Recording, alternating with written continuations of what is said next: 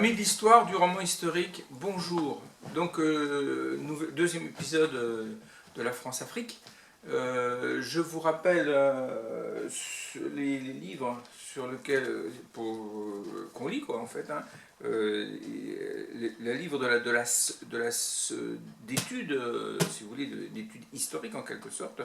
Alors, c'est une histoire de la France-Afrique, l'empire qui ne veut pas mourir. Hein, donc c'est au point. Hein, un gros livre, un très gros livre, hein, 1260 pages. Voilà. Très instructif, beaucoup de détails, beaucoup d'analyses. Alors des analyses, c'est un livre écrit à plusieurs mains, donc il y a des avis qui sont différents, c'est ça qui est intéressant. Hein. Donc c'est des analyses différentes d'époque en époque, d'avant la Seconde Guerre mondiale jusqu'à aujourd'hui. Hein, voilà.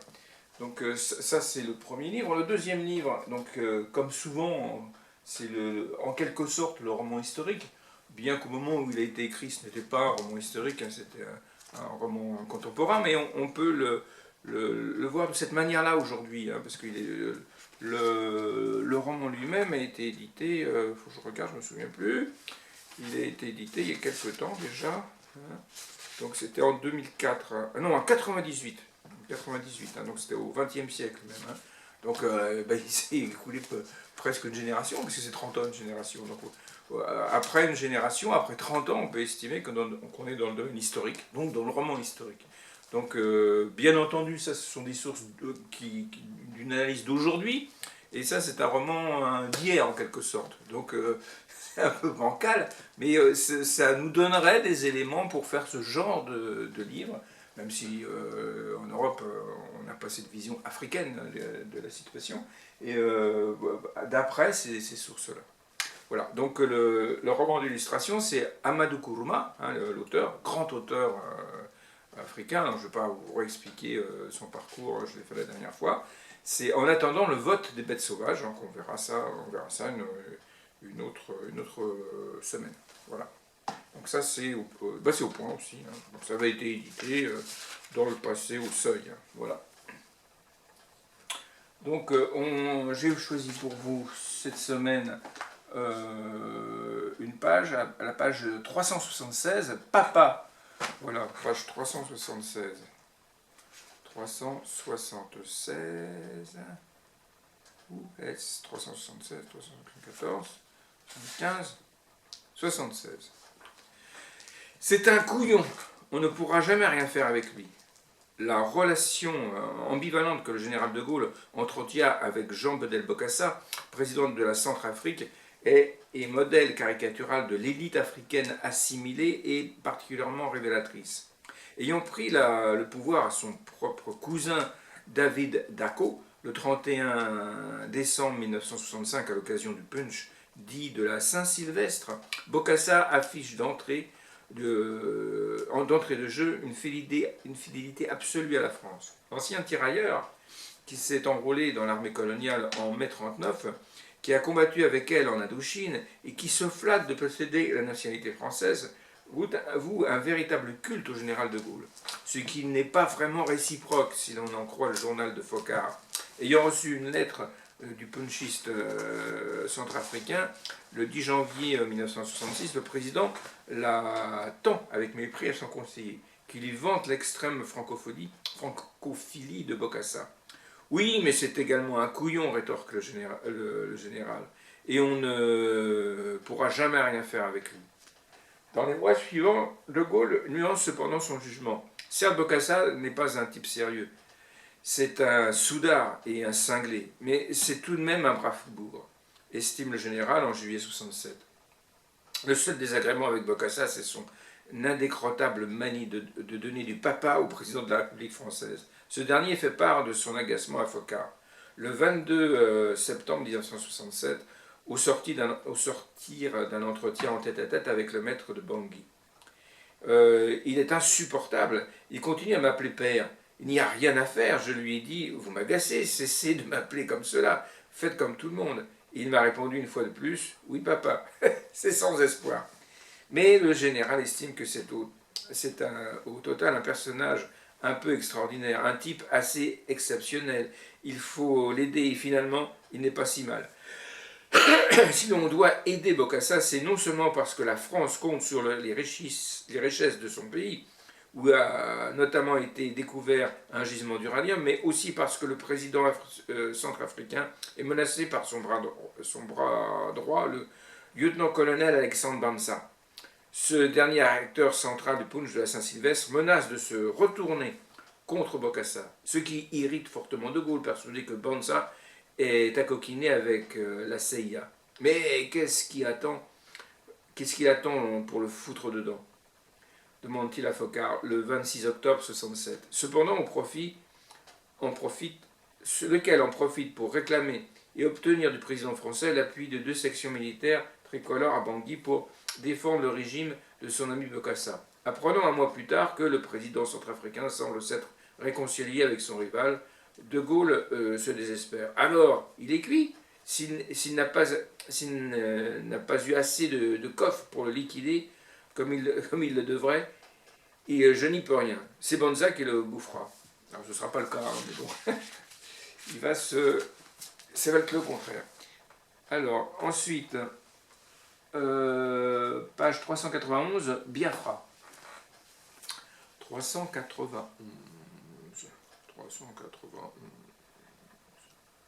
Biafra. Voilà. Manipulation française au Biafra. 2 août 68. Des trémolos dans la voix, le présentateur vedette de l'ORTF, Office de radiodiffusion française, Pierre Sabag, implore les Français. Je vous en prie, madame, monsieur, ne tournez pas le bouton de votre téléviseur. En 1945, vous aviez dit comme ça, plus jamais ça. Quoi ça? Le génocide. Aujourd'hui, un génocide est en cours au Biafra. Le journaliste ne se contente pas d'attirer l'attention des spectateurs sur les images insoutenables d'enfants squelettiques, le ventre gonflé par le manque de nourriture. Il les exhorte à faire des dons à la Croix-Rouge pour venir en aide aux habitants de cette province orientale du Niger qui a proclamé son indépendance le 30 mai 67. Derrière cet appel à la générosité populaire se cache une vaste intoxication médiatique de la cellule africaine de l'Élysée, sous la houlette de Jacques Foccart et des services spéciaux français qui, depuis plusieurs mois, soutiennent clandestinement la rébellion sécessionniste biafraise en guerre contre le pouvoir fédéral de Lagos. Pendant toute la durée de cette guerre d'influence, de juin 67 à janvier 70, tous les coups sont permis. En s'appuyant sur ces 2 bases logistiques principales, la Côte d'Ivoire en Afrique de l'Ouest et le Gabon en Afrique centrale, Paris envoie secrètement au Biafra des mercenaires, livre quantité d'armes et organise une propagande cynique en instrumentalisant dans le même mouvement la presse et les associations humanitaires. Une guerre secrète qui sent le pétrole. Pour les hommes de Foccart, la fin justifie les moyens. L'objectif est de déstabiliser le Niger, une ancienne colonie britannique de 50 millions d'habitants indépendante depuis octobre 1960. C'est plus de 200 millions actuellement. Régulièrement secouée par des violences interethniques et des coups d'État afin de préserver les intérêts du précaré africain de la France dans la région. Côte d'Ivoire, Togo, Niger, Tchad, Cameroun, Gabon. Mais aussi tenter d'affaiblir le géant anglophone, perçu comme un allié objectif des soviétiques en Afrique. Le général de Gaulle n'a pas digéré l'attitude de Lagos qui, en janvier 61, a fait expulser son ambassadeur après les essais atomiques français dans le Sahara algérien. Depuis 63, la France a envoyé dans la région un homme des services secrets français, le lieutenant-colonel René Bichelot, dit Raymond, détaché auprès du cabinet du président ivoirien Félix Houphouët-Boigny, qui, afin de suivre de près les activités nigérianes. Bichelot va jouer un rôle important dans l'aide clandestine au Biafra, en lien avec un autre proche de Jacques Foccart, Jean Morichaud-Beaupré, alias Monsieur Jean. Voilà, ensuite, j'en suis où? Donc, page 438, VGE, Valéry Giscard d'Estaing. Alors, 438. 438.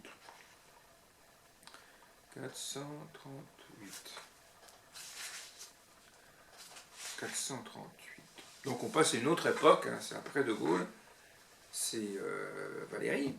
En Afrique subsaharienne, aussi le président français, Valéry Giscard d'Estaing, entend dépoussiérer la diplomatie tricolore. Désireux d'établir un contact direct avec ses homologues africains et prétextant que les anciennes puissances coloniales n'ont pas de jugement à porter sur les traditions de leurs anciennes possessions, il affiche sans complexe sa proximité avec les autocrates amis et commence par le centrafricain Jean Bedel Bokassa, qui est toujours là, bien sûr, et le Zaïrois Joseph Désiré Mobutu, celui qui est là-haut. Alors, les deux dictateurs que le gaullisme officiel avait longtemps regardés avec scepticisme, bien qu'ils aient tous les deux réussi à obtenir une invitation officielle à Paris jusque avant la démission du général, deviennent des alliés de poids dans la géopolitique giscardienne au sud du Sahara. À ceux qui s'étonnent de sa proximité avec de tels personnages, Végeur rétorque que la France respecte la souveraineté de ses partenaires et se refuse donc à s'ingérer dans leur politique intérieure. L'Afrique aux Africains, clame-t-il. Croyant sans doute avoir inventé la formule, il en fait son slogan. Mais derrière la rhétorique du renouvellement, c'est la continuité qui s'impose presque immédiatement. Conseillé sur ce dossier que Jacques Journiac, qui fut le bras droit de Foccart pendant près de 15 ans, Valéry Giscard d'Estaing s'appuie sur l'héritage légué par ses prédécesseurs et approfondit dans les grandes lignes leur politique africaine. Nulle rupture, par exemple, avec les piliers de l'ordre franco-africain. Houphouët-Boigny, Sédar Senghor et Albert Bernard Bongo, devenu Omar suite à sa conversion à l'islam en 1973 et l'adhésion du Gabon à l'OPEP en 1974, tous les trois participent immuablement au sommet France-Afrique, désormais institutionnalisé, qui réunissent chaque année la famille franco-africaine. Tous trois accueillent le président français dans leurs pays respectifs avec un faste qui fait l'admiration des journalistes hexagonaux. Tous trois, offrent activement leur concours à la politique française en Afrique, dans ses versants aussi bien officiels qu'officieux. Bref, sous prétexte de respecter l'Afrique, Giscard soutient les tyrans qui souhaitent collaborer avec la France et les laisse en échange martyriser leur peuple impunément. C'est à ces Africains-là que renvoie son slogan. Alors ensuite, page 450, Finances. 450, Finances. Au Gabon, le gaullisme en eau trouble. Comme le laisse entendre Sékou Touré, le financement des campagnes électorales est une des principales raisons de l'immixtion des affaires africaines dans la vie politique hexagonale. Dans ce journal de l'Élysée, Jacques Foccart évoque presque naturellement les enveloppes transmises par Houphouët, par exemple à l'intention des organisations gaullistes, alors que le financement de la vie politique n'est à l'époque encadré par aucune loi. La tentation est grande pour les formations politiques françaises censées vivre des seules cotisations de leurs membres de solliciter le discret soutien des amis africains. Au cœur du système, le Gabon, profitant de l'augmentation de sa production pétrolière qui passe de 5 à 11 millions de tonnes entre 69 et 1977, et dans l'envolée des prix du baril qui grimpe de 14 à 35 dollars entre 78 et 81, le président Omar Bongo et la direction du groupe ELF amassent un gigantesque trésor de guerre qui leur permet conjointement ou séparément d'arroser la scène politique hexagonale. Ainsi naît ce qu'on appellera plus tard le système ELF. Dans les mois qui suivent l'élection présidentielle de 1974, les choses paraissent simples. Avec Giscard à l'Élysée et Chirac à Matignon, les querelles intestines au sein de la droite française semblent se dissiper. Mais cette illusion s'évapore avec la démission fracassante du Premier ministre le 25 août 1976, quelques jours d'ailleurs après le retour de VGE d'un voyage au Gabon. La guerre entre les libérales Giscard et les néo-gaullistes Chirac est ouverte. Jacques Foccart, limogé par le premier, finit par se rapprocher du second et de son nouveau parti, le Rassemblement pour la République. Le ralliement de poids pour Chirac, car l'homme de l'ombre du gaullisme continue d'entretenir de précieuses relations avec le continent africain malgré sa mise en retraite forcée. Les valises de billets en provenance d'Afrique, et tout particulièrement du Gabon, transitent par Foccart, qui les fait remettre à qui de droit au sein du parti gaulliste, note son biographe Frédéric Turpin. Son départ de l'Élysée ne semble pas tarir la manne financière. Certes, note l'historien, Foccart n'a pas le monopole des relations avec la présidence gabonaise, que fréquente un grand nombre de personnalités françaises, mais l'ancien conseiller du général de Gaulle est depuis longtemps en position dominante. Voilà, donc on passe à page 536, Mobutu. Page 536, Mobutu. 536. 35. 36. D'accord. Parce qu'il est irremplaçable, Mobutu. Tout est pardonné à Mobutu. Apprécie-t-il la Concorde, le fleuron français d'Air France, dont Edmond Giscard d'Estaing, le père du président, est un des administrateurs, est mis à la disposition à plusieurs reprises au départ de son Versailles dans la jungle, le fastueux palais de Gandolit, érigé à 1000 km au nord de Kinshasa, en pleine forêt tropicale. La gabegie mobutiste choque d'autant plus que l'économie du Zaïre se révèle fragile. Elle a encaissé de plein fouet la crise économique de 1973, la hausse des prix du pétrole et la chute vertigineuse en 1974 de celui du cuivre, qui faisait sa force. Et ses créanciers français, américains et arabes, Mobutu assure qu'il s'agit juste d'une mauvaise passe et qu'il pourra rembourser les prêts, répéter sitôt la demande mondiale de minerais rétablie. L'endettement du pays se creuse de manière irrésistible pour s'élever à 887 millions de dollars en 1975. En 1977, le déficit budgétaire atteint 32% du budget de l'État zaïrois et l'inflation s'envole. Selon une étude de 88, citée par David van Rembroek dans son ouvrage Congo, une histoire en 2012, le pouvoir d'achat est tombé en 1979 à 4% du niveau de 60. Les créanciers du Zaïre se tournent vers le Fonds monétaire international pour tenter d'enrayer la corruption omniprésente. Mais tous se montrent incapables d'empêcher le dictateur de détourner des fortunes en activant la planche à billets à la moindre occasion pour son usage personnel.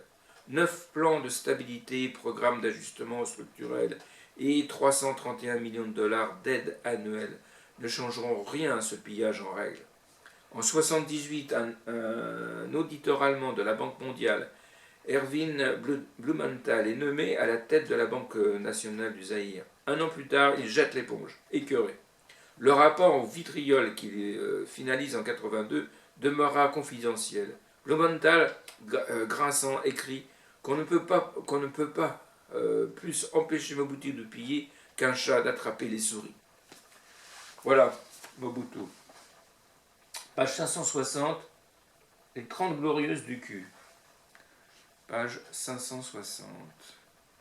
560.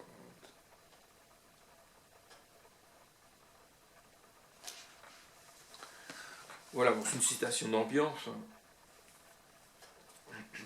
Les 3 glorieuses du cul.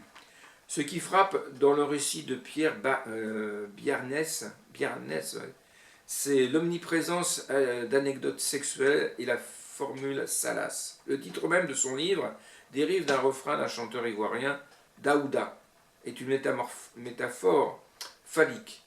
Le margouillat, les Africains, bien connu, se glisse où il lui plaît.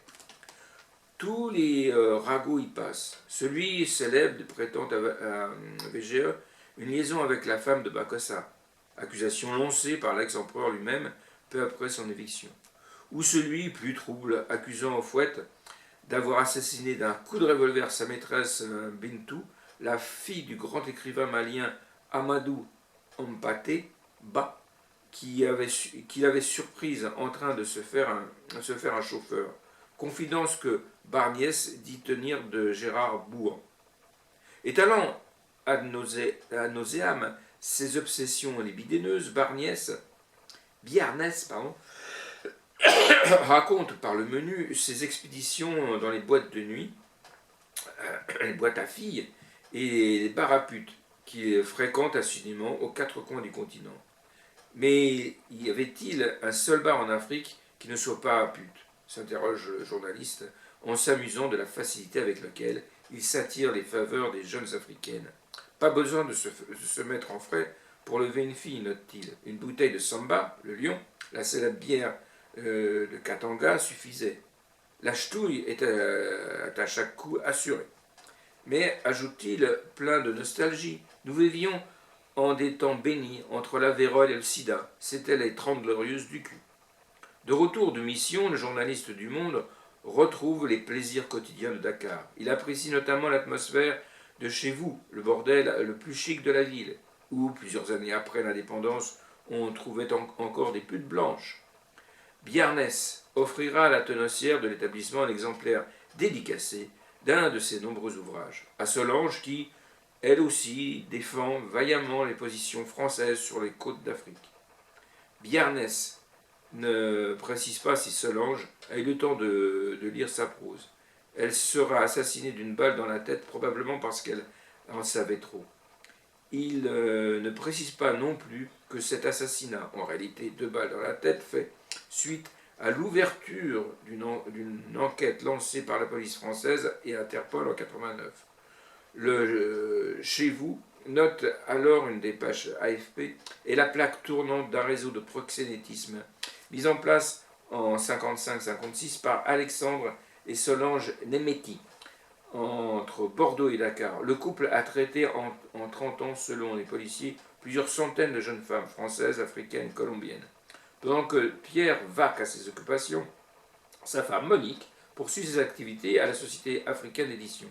Son magazine est rebaptisé Revue des Français d'Afrique, au moment où son mari quitte le monde et entame une seconde carrière. Encarté au Parti socialiste depuis les années 60, il est élu sous cette étiquette au Conseil supérieur des Français de l'étranger, en 82. 7 ans plus tard, il entre au Sénat. Il y représentera les expatriés français jusqu'en 2008. Voilà. Donc, page 566, Amadou Kourouma. Page 566. Alors, c'est pas loin. C'est là. Un essai contre Houphouët-Boigny ne peut pas passer.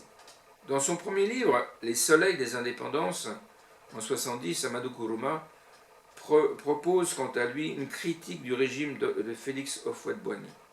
En 63, il a passé plusieurs jours en prison accusé avec d'autres intellectuels d'avoir comploté contre le président ivoirien.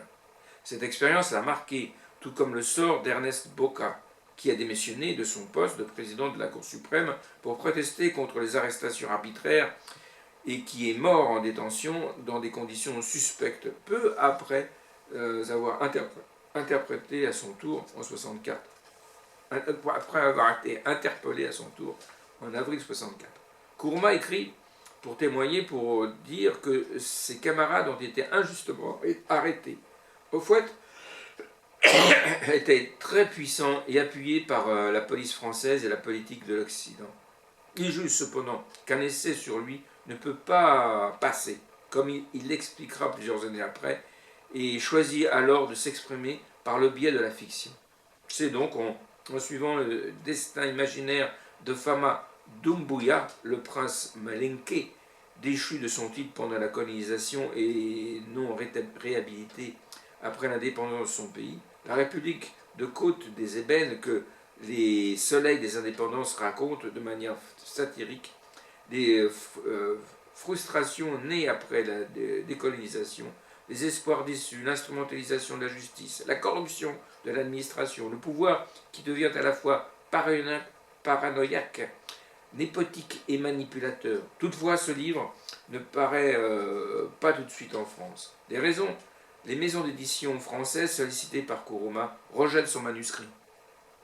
Ce sont les presses de l'Université de Montréal qu'il publie dans un premier temps, mais seulement après l'avoir considérablement remanié pour le rendre davantage fictionnel. L'éditeur canadien, avant tout intéressé par les qualités littéraires du texte original, demande à son auteur de supprimer les passages explicitement politiques et liés à l'actualité ivoirienne. Des longs reportages journalistiques sur les sottises du président et les tortures qu'il inflige, ça n'intéresse que les journalistes, pas les lecteurs, explique-t-il à Amadou Kourouma. C'est donc un manuscrit épuré que le Seuil publie après en avoir racheté les droits en 70. Très intéressant, le réveil des indépendances. Alors, le soleil des indépendances, le réveil. Le soleil, le réveil, tout ça. Alors, page... donc j'en suis au moins 67. Donc, page 588, Albin Chalandon. 588.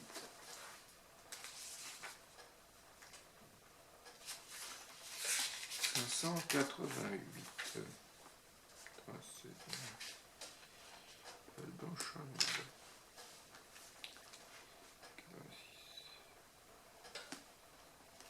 Alors, bien qu'issu de la droite catholique conservatrice, ayant travaillé pour le gouvernement de Vichy et reçu la francisque des mains du maréchal Pétain, tout en rejoignant les réseaux de la résistance en 1943, Mitterrand s'est patiemment imposé comme l'unique recours de la gauche française pour conquérir le pouvoir. En 1964, son célèbre essai « Le coup d'État permanent » lui permet de se forger une stature d'opposant à De Gaulle, auquel il reproche en particulier d'avoir récupéré à son profit personnel les évolutions inexorables de l'Empire.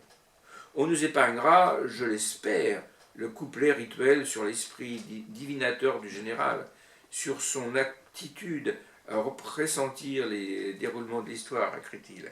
Plein d'amertume, le député de la Nièvre accuse De Gaulle d'avoir interrompu les efforts de ceux qui, comme lui, on l'aurait compris, avait dans les années 50 initié une manipulation habile et souple des anciennes structures impériales. Après avoir encouragé la résistance des ultras en Algérie, après avoir construit la communauté franco-africaine en Afrique noire pour stopper l'indépendance, De Gaulle, ses spéculations démenties par l'événement, se fait le héros de ce qu'il n'a pu empêcher et se pose en champion de la décolonisation, conclut Mitterrand. Cette stratégie de déconstruction de l'image de colonisateur visionnaire du général s'accompagne d'une volonté de reconstruire la sienne. Dès les années 60, l'ancien ministre de la France d'Outre-mer commence à se structurer rétrospectivement un visage de précurseur de l'émancipation africaine. Ainsi explique-t-il dans l'expansion en août 72, quand De Gaulle est arrivé au pouvoir grâce au colonel d'Algérie, j'ai pris depuis longtemps position pour la décolonisation, plutôt en faveur d'une rénovation du système colonial, à laquelle il œuvrait avec son allié d'alors, Houphouët-Boigny. Il avait le même but que celui dont il accuse De Gaulle, contenir les élans indépendantistes et les récupérer au profit des intérêts de la métropole. Par la suite, par esprit tactique, Mitterrand continue d'entretenir cette ambiguïté auprès de ses partenaires politiques sur sa vision des relations franco-africaines. Fin stratège, il parvient en 1971 à prendre la tête du Parti socialiste et signe l'année suivante avec le Parti communiste l'ambitieux programme commun dont il va tirer un bénéfice politique jusqu'à son accession au pouvoir. Mitterrand devient ainsi le dépositaire moral d'un texte qui appelle entre autres à refuser toute intervention extérieure de caractère colonialiste ou impérialiste, à établir avec tous les pays en développement de nouveaux rapports de coopération librement négociés et excluant tout esprit colonialiste, mais qui demande aussi à la France de faire face à ses responsabilités particulières à l'égard des pays de son ancien empire colonial.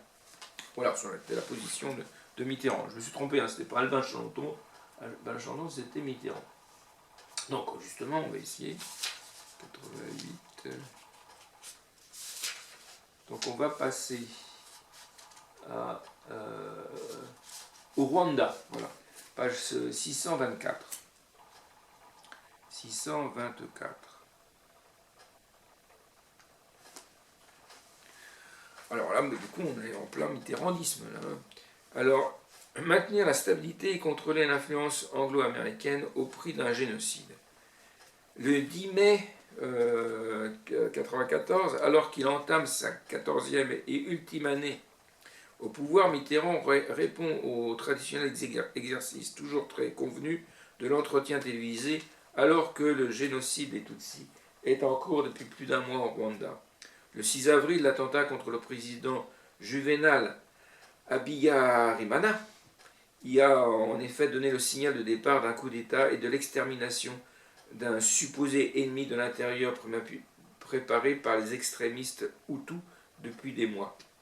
Pourquoi la communauté internationale n'a pas réussi à éviter ces massacres terribles qui se sont déroulés récemment au Rwanda, demande le journaliste Paul Amar au chef de l'État français. Comme c'est un pays francophone, la France a été constamment appelée au secours, assure Mitterrand.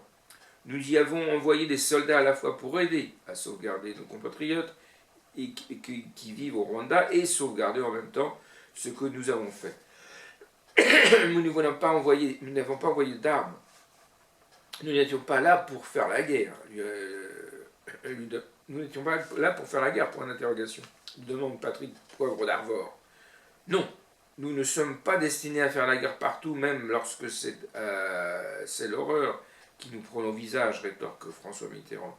Nous n'avons pas les moyens de le faire. Nos soldats ne peuvent pas être des arbitres internationaux, des passions qui aujourd'hui bouleversent et déchirent tant de pays. Beaucoup de mensonges en peu de mots. Car depuis octobre 90, la France est bien en guerre au Rwanda, sans le dire publiquement. Elle soutient militairement le président Juvenal Habyarimana face aux offensives du Front patriotique rwandais, une rébellion dirigée entre autres par Paul Kagame.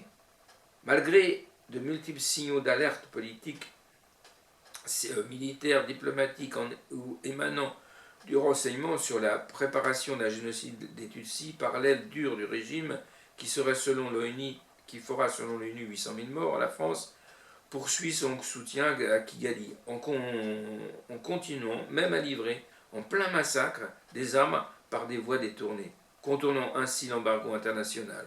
L'ancien membre de la cellule antiterroriste de l'Élysée, reconverti dans le business de la sécurité, Paul Baril, poursuivi à la trace par la DGSE, fait partie des contacts privilégiés par le gouvernement génocidaire, de même que l'autoproclamé corsaire de la République, Bob Denard.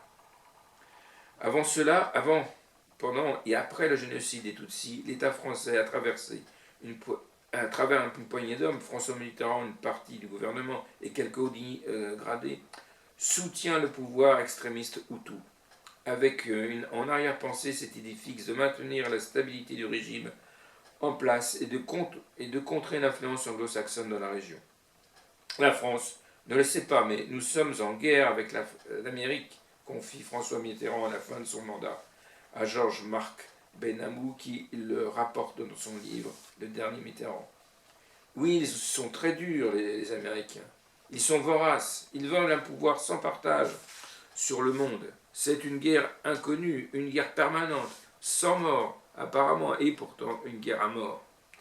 On a écrit unilatéralement du massacre, assure encore Mitterrand, au chancelier Helmut Kohl, lors du sommet franco-allemand à Mulhouse, en mai 1994. La réalité est que tout le monde tue tout le monde. Une thèse fallacieuse d'un double génocide qui sera reprise par de nombreux acteurs politiques comme Dominique de Villepin, alors directeur du cabinet du ministre des Affaires étrangères, et par Pierre Péan, devenu proche de Mitterrand, et de Bongo. Lorsque l'auteur d'Affaires africaines rencontre François Mitterrand en juillet 1994, comme le journaliste le raconte lui-même dans ses mémoires, le chef de l'État lui lance cette phrase qui résume bien son état d'esprit. Savez-vous que les Hutus massacrent aussi? Voilà. Alors, page 552. Dernier passage pour cette semaine. Page 552. Les services secrets et les militaires français aux premières loges. Aux premières loges. Maçonniques. La franc-maçonnerie est utilisée par les Français depuis la période coloniale comme un réseau de surveillance et d'influence en Afrique. Et cela s'est perpétué après les indépendances. L'influence des différents milieux français, diplomatiques, militaires, patronaux, ainsi que dans les services de renseignement. La franc-maçonnerie apparaît comme un outil supplémentaire dans la perpétuation de l'amitié. Et en l'occurrence de la fraternité franco-africaine que les élites francophones des deux continents aiment tant vanter. Considérée comme la plus à droite des obédiences françaises et historiquement moins implantée en Afrique francophone par ses concurrents, la GLNF, la Grande Loge nationale française, a su s'y développer efficacement à partir des années 80, car elle est la seule à être reconnue internationalement, contrairement au Grand Orient et à la GLF, la Grande Loge française, dont le credo laïque est contraire aux règles maçonniques anglo-saxonnes. Nombreux sont les chefs d'État africains qui appartiennent à des loges affiliées à la GLNF.